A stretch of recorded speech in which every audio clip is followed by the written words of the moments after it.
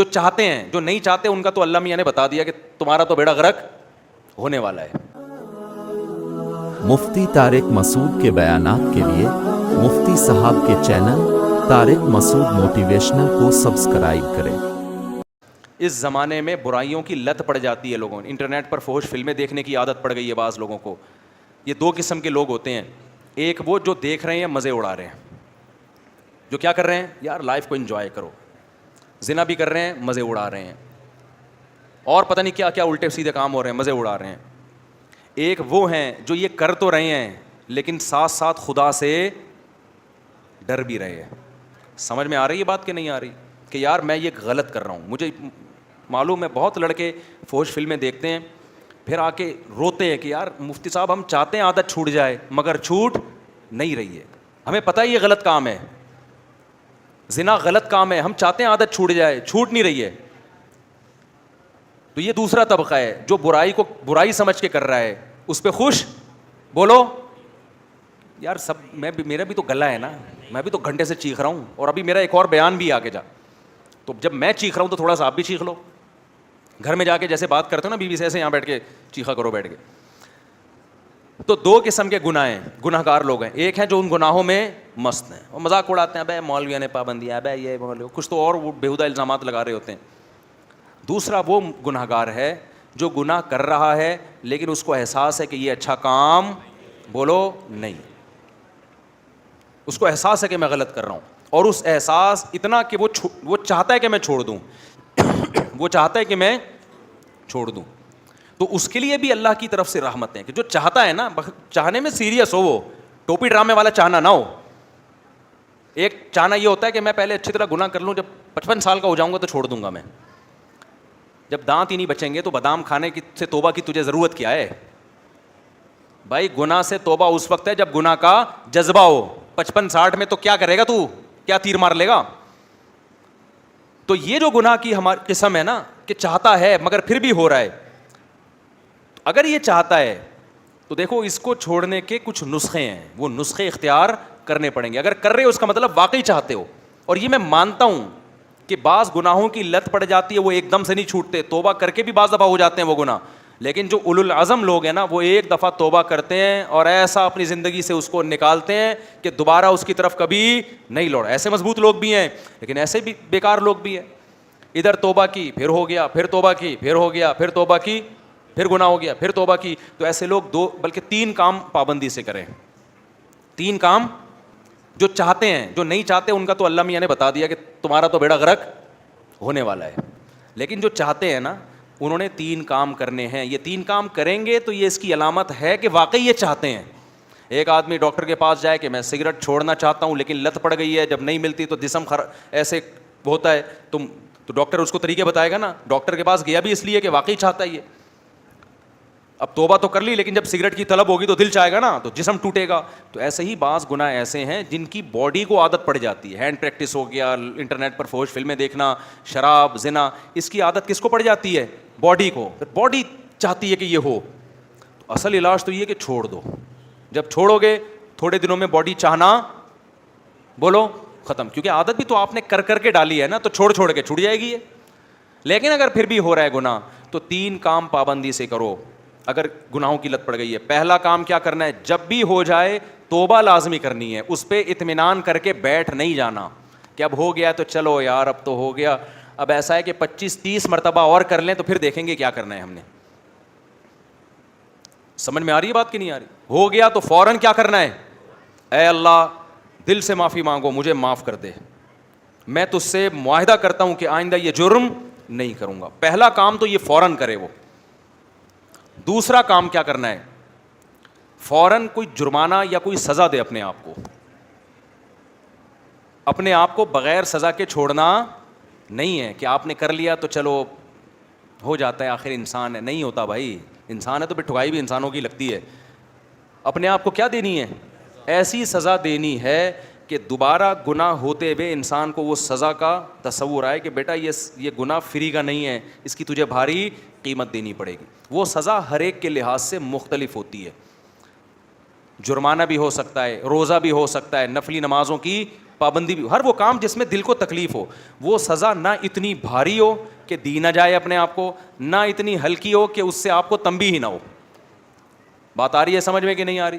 بعض لوگوں کے لیے ایک روزہ رکھنا بھی بہت مشکل ہے, تو وہ سزا میں ایک روزہ ہی رکھ لیں کہ جب گناہ ہوگا اگلے دن ایک روزہ لازمی رکھنا ہے.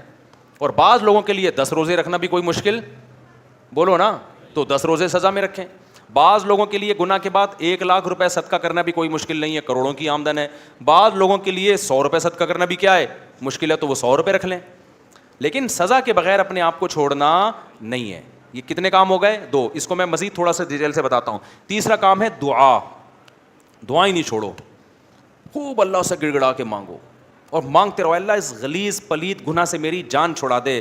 میں اقراری مجرم ہوں, باغی مجرم نہیں ہوں. میں ان لوگوں کی طرح نہیں ہوں جن کو جب آخرت سے ڈرایا جاتا ہے تو کہتے ہیں ہمیں کیا پتہ قیامت ہے یا نہیں ہے. نہ میں مانتا ہوں ان الساعۃ لآتیۃ لا ریب فیہا, اے اللہ ایک دن قیامت آئے گی, تو مردوں کو زندہ کرے گا, اس گناہ پہ سزا دے گا. میں اقرار کرتا ہوں, تو اے اللہ مجھے تو اس گناہ سے بچنے کی توفیق دے دے, آسان کر دے میرے لیے اس گناہ سے بچنا.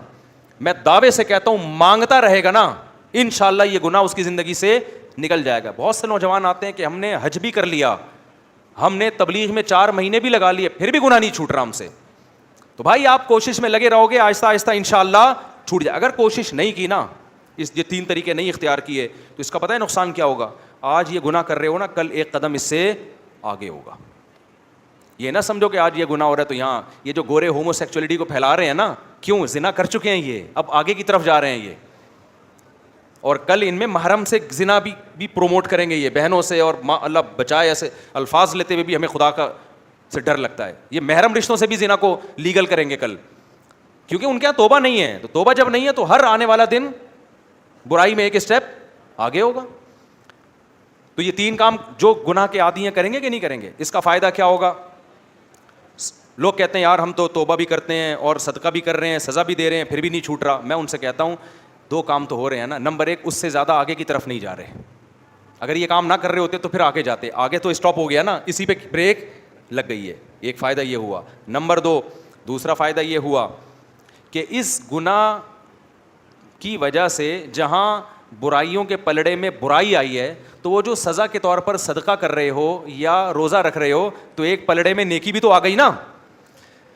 اب کیا ہو گیا بھائی؟ جو خدا گناہ پہ سزا دیتا ہے وہ نیکیوں پہ جزا بھی تو دیتا ہے نا. تو وہ روزہ ضائع تھوڑی کرے گا تمہارا کہ جی چونکہ اس نے گناہ کر کے روزہ رکھا ہے تو گناہ روزہ گیا. نہ جب وہ گناہ پہ سزا دے گا تو آپ اللہ سے کہو گے قیامت کے دن, اللہ جہاں میری ٹھکائی لگ رہی ہے تو وہ روزے کہاں گئے, اس کا بدلہ بھی تو چاہیے مجھے. تو نیکی پہ تو 10 ملتے ہیں اور گناہ پہ 1 ملتا ہے. میں سمجھا پا رہا ہوں یا کسی جیپنیز کو بلاؤں سمجھانے کے لیے؟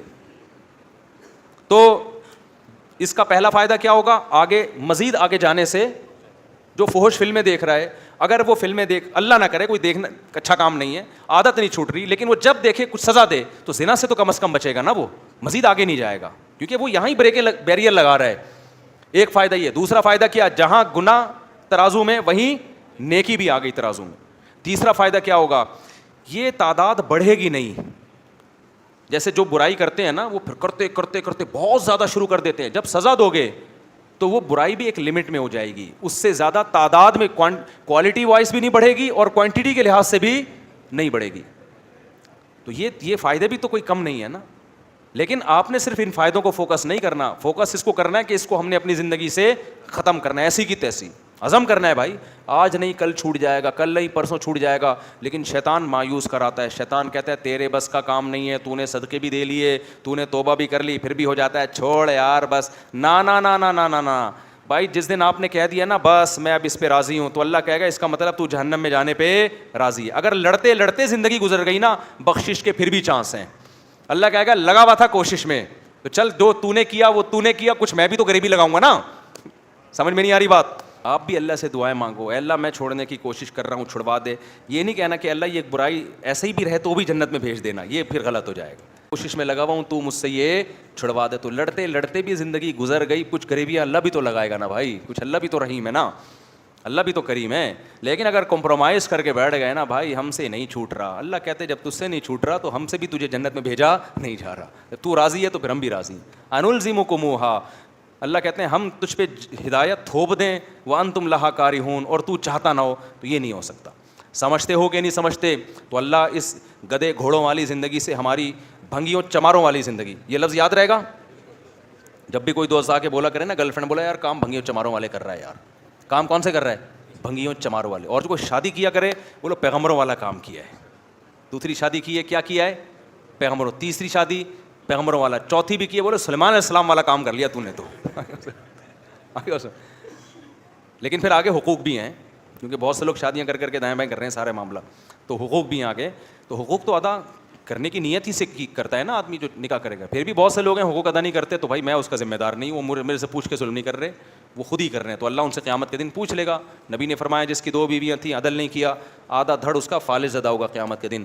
تو حلال کو فروغ دو یار, سوسائٹی میں پھیلاؤ, ایسی کی تیسی کرو. نوجوان آدمی تو, نوجوان میں تو یہ صلاحیت ہوتی ہے, اس کو کہیں بم رکھنے کا کہہ دو بم رکھ کے آ جائے گا.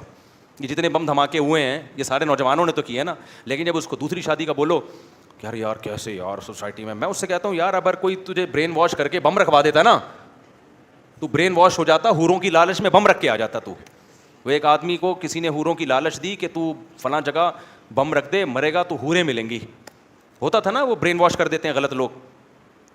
تو اس نے کہا چلو شاید ویسے تو مل نہیں رہی, شاید ویسے مل جائے. اس نے بم رکھا, بم پھٹا, فدائی حملہ کروایا نا, تو بم پھٹا تو یہ مرا نہیں, بے ہوش ہو گیا. اب یہ سمجھ رہا ہے کہ میں مر گیا ہوں. تو جب ہسپتال میں گیا تو کالی کالی چڑیل جیسی نرسیں اس کے ارد گرد کھڑی ہوئی تھیں, اور پولیس والے بھی تھے کہ ان کو تو اریسٹ کرنا تھا اس کو. جیسی ہوش میں آئے تو جیسے اس کی آنکھ کھلی نا, ایک چڑیل کا ہاتھ پکڑ کے بولتا ہے باقی حوریں کدھر ہیں؟ باقی حوریں. یار تمہارے اندر اتنی ہمت ہے کہ تم حوروں کی لالچ میں پھٹ سکتے ہو, جو کہ غلط ہے, تو نکاح کیوں نہیں کر سکتے یار حلال کی طرف جانے کے لیے, تاکہ سوسائٹی میں نکاح کو پروموٹ. عورتیں بھی زنا سے بچیں گی, اس سے لڑکیاں بھی بچیں گی زنا سے. وہ ان کے بھی بیڑا غرق ہو رہا ہے عورتوں کا, ان کا بھی بیڑا غرق کیا ہوا ہے, نہ اپنا فائدہ نہ عورت کا فائدہ, بس سوسائٹی کو خوش کرنے کے لیے. تو چھوڑا یار, سوسائٹی کے خول سے باہر نکلو, اپنے جائز حقوق کے لیے لڑو, تو یہی تو جائز حق ہے. اور کون سے حقوق ہیں؟ پیٹرول ہمارے کہنے سے سستا نہیں ہوگا, وہ مہنگا اور ہوگا. ابھی تو سعودی عرب نے کرنسی لینا ہی چھوڑ دی ہے. میں سعودی عرب گیا تو وہ کہہ رہے ہیں یہ کیا لے کر آیا بھائی, تو پاکستانی کرنسی کو کہ دنیا میں لے ہی نہیں رہا یار. پہلے ہم یہاں سے ڈالر خریدتے ہیں, ڈالر لے کے وہاں جاتے ہیں, پھر ڈالر میں ریال میں چینج ہوتا ہے. اب تھوڑے دنوں میں ہم ٹماٹر لینے جائیں گے بوری میں پیسے لے کے جائیں گے ٹماٹر لے کے, وہ 1 ٹماٹر دے گا ہم کو اس سے. تو بھائی یہ ہمارے کنٹرول میں نہیں ہے, جو ہمارے کنٹرول میں کرنے کا کام ہے وہ ہم کر لیں. آپ 4 شادیاں بھلے نہ کرو, خدا کے لیے زنا سے تو بچو نا یار. سوسائٹی میں روکو اس عمل کو, اور یاد رکھو تھوڑے لوگ ہی اب بچیں گے, کیونکہ سوسائٹی خرابی کی طرف جا رہی ہے. تھوڑے لوگ ہی ہیں, تو قرآن کہتا ہے وقلیل من عبادی الشکور, تھوڑے لوگ ہی میرے شکر گزار ہوتے ہیں. تو آپ اپنے آپ کو, اپنی اولادوں کو, اپنے گھر کی بیٹیوں کو, بہنوں کو, بچیوں کو بچاؤ اس عمل سے. اللہ تعالی ہم سب کو عمل کی توفیق عطا فرمائے.